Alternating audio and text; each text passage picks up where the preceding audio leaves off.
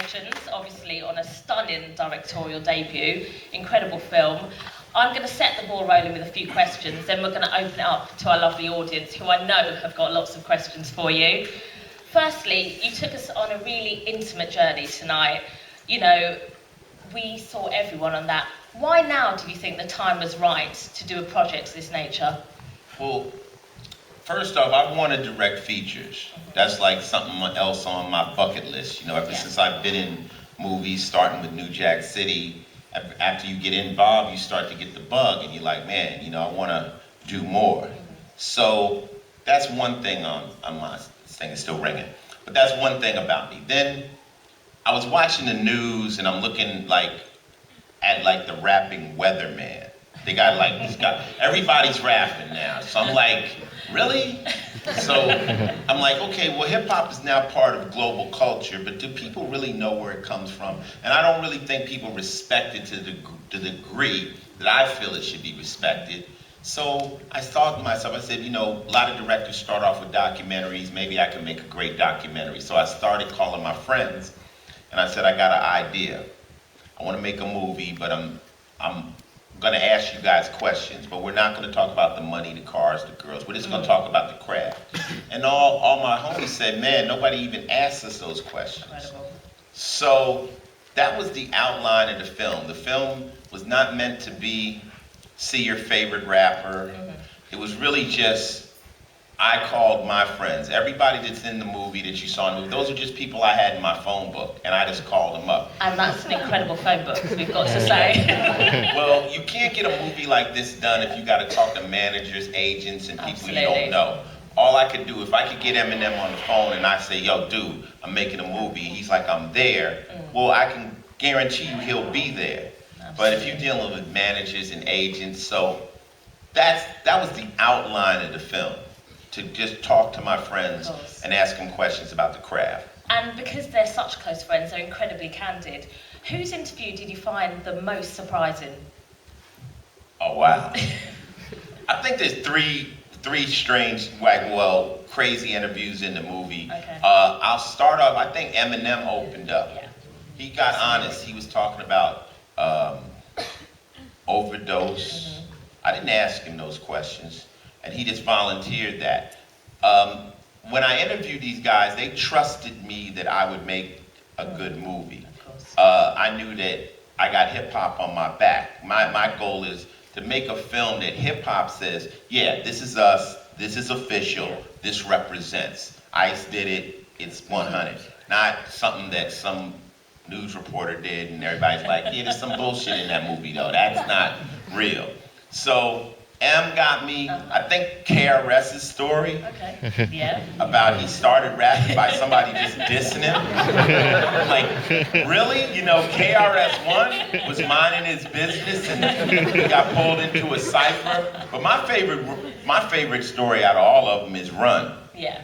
Talking about sitting in a presidential suite eating French toast holes at the door. You know, that's Reverend Run, right? You know? And he talking about he got weed and hoes and roses and shit. Yeah. But the essence of the story was real. Like, when you get to the top, you can lose focus of everything that matters. And we see a lot of great people at that point that don't realize they're out of control. Absolutely. So that was interesting. I mean, shit, I never knew what was coming out of these guys' mouths at any point. What I found most surprising was Kanye West, because he seemed incredibly humble. And Kanye and humble's not usually two words that I put in the same sentence. Well, see, the thing of it is that most fans are you only get to see rappers in what I call the drop mode. The drop mode is when they take us and we're on the street and somebody puts a mic in our face and they go, Ice-T, what's coming up? You got 15 seconds. Right. Well, then you're kind of getting you're not getting this me. You're getting, yo, go see Art of Rap. I got that new shit, you know, Law and Order's on. You know what I'm saying? Suck my dick. Yo, fuck that. You know, like that's the rapper you see. Then people are like, wow, does this nigga order food at the restaurant like that? It's like, good point. No, but when you get people in a comfortable conversation. when you can chill. But then if Kanye's doing an interview with somebody he don't really like, you're getting a different Kanye. And then people are always attacking dude. So I know a different Kanye than you know. I know he's a spitter. And since he knew what the film was, I'm like, yo, it's the art of rap. He knew who was in the movie. Absolutely. The motherfucker wouldn't stop rapping. Like, he was going like, yo, whatever. Because he knew what this was. Absolutely. It was like, get your shit right. There's going to be a lot of other MCs in this movie. And did everyone do the freestyles just one take? Well, they rappers. Yeah. They're supposed to. Did they? Yeah. If you're a rapper and you're supposed to be able to rap, it's like if you're a boxer, you can't, you don't have to think about how to throw a punch. That's what you do. So is that a yes then? One of my questions to him was, what? Is that a yes, they all did it first take? Oh, definitely, because if you listen to it, everything is raw in this movie. Nobody got a second take, any makeup, any mistakes. If you look at Kanye's rhyme, in the middle of it, you can see him thinking of the next rhyme. Like, you can see him, because it was live. And like what I would do, one of the questions, I had 15 questions. One of my questions was, you heard me say it, can you just say a rhyme off your head you walk with? And they just start rhyming. My other question to him was, can you say a rhyme right now nobody's ever heard? Just something you think is artistic. And that's what they dropped. I didn't put everybody's rap in the movie because I didn't want it to be that. It was a trip making the movie and editing the movie. But yeah, Kanye got it in. Amazing. I think a lot of people want to know, what is the rhyme you walk with? I walk with the last track on the movie, I was a fiend before I became a teen. I melted microphones instead of cones of ice cream. Music orientated, so when hip hop was originated, did it like pieces of puzzles, complicated. Because to me, that rhyme right there kind of breaks down the birth of an MC. And I think when you're a really good rapper, your rap resonates with other people. So when I'm singing something, if you like, yo, that's me, that's a great record, because you feel the MC, he's talking about your life too. Now, was it a conscious decision not to include contemporaries like the Nicki Minaj's, the Drakes, the Lil Waynes? It wasn't so much not attempting to get them, it was just that we shot 70 hours of film. And in order to tell a true story, you gotta start at the beginning.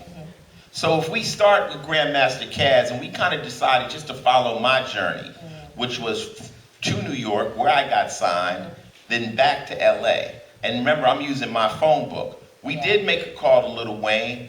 I think he could rhyme his ass off when he wants to. I said, but it was inavailability. See, the thing of it is, this film was done with a London camera crew. You saw at the beginning, Jolly Good Films. That's Paul Too Good and Andy Bay, but they're from here.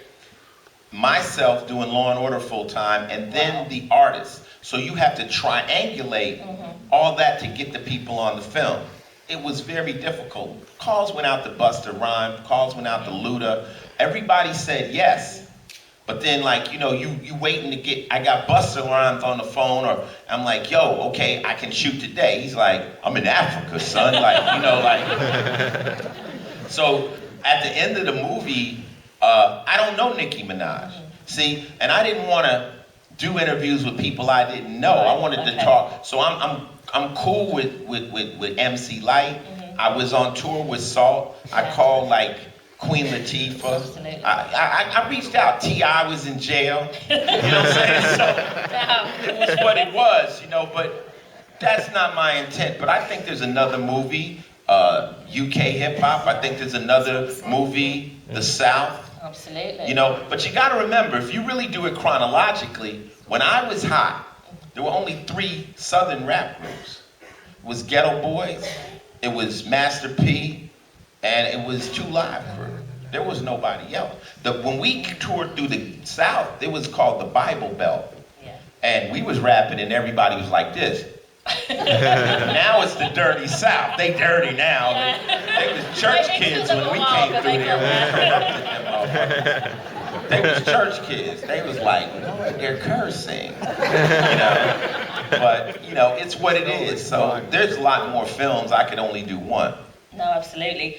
Now, obviously, it's your first time as a director. Tell us a bit more about the process with making the film, because you've got some stunning skyline shots in there, interspersed with the actual interviews. Well, we didn't really know how to make the movie. We had bullet points. So when you're directing a documentary, you can't direct the actual people in the film. So all you can do is direct the camera. Yeah. So I had the cameraman, I said, get everything, get their sneakers, get our hands. I think the coolest thing is some of the shots, like you see Dre got on these sneakers and I got, and then, just cool stuff like that. And then we shot with the little Canon, that little Canon camera that shoots high def.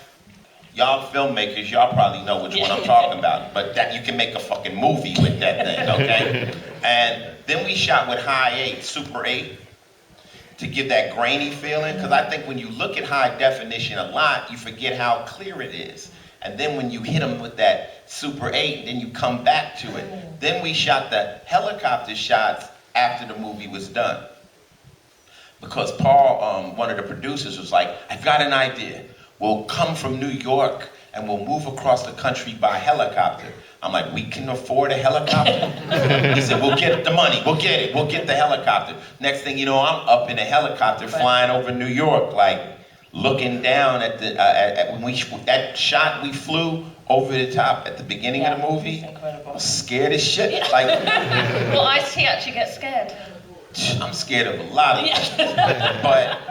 But one of the rules to the movie was no stock footage. You can go, right now, you can go on the internet and see stock footage of so many things. I wanted you to sit in a film and say, I've never seen that before. Every rap, I've never heard that before. That makes the film unique. Absolutely. And there were lots of little walking orders. Like we shot New York dirty, then we shot it clean. Like we shot it to show you the grime in it, but then we shot it so you would see why people love it. Like some of the shots, I make New York City look like a jewelry box, And that's more subliminal, like the people from there want to see their city look beautiful. We did the same thing for LA.